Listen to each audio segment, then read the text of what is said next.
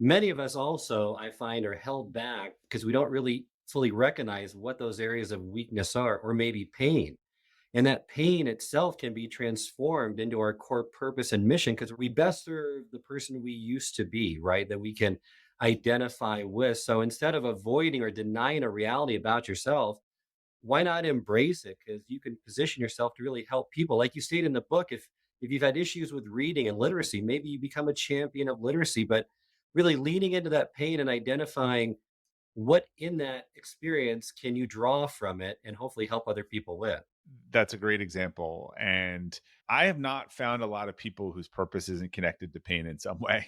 And I think the trick for people, and again, I say maybe pain or formative experience, it's not, look, the word trauma is very loosely used these days, but like we all had formative things, or that to that 7-year-old or to that 11-year-old was traumatic at the time, whether in the grand scheme of things it wasn't, and it helped form your worldview and what was important.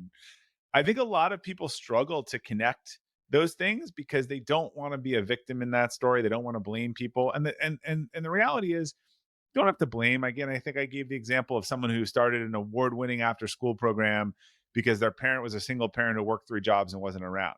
Now, maybe they went to Harvard and that parent put themselves, and they are so grateful to that parent, but they were lonely like in that time. And so their purpose becomes, how do I help other people, not be lonely? I think they're afraid to make that connection because it feels like they're blaming the person. They're not. That parent did the best that they could.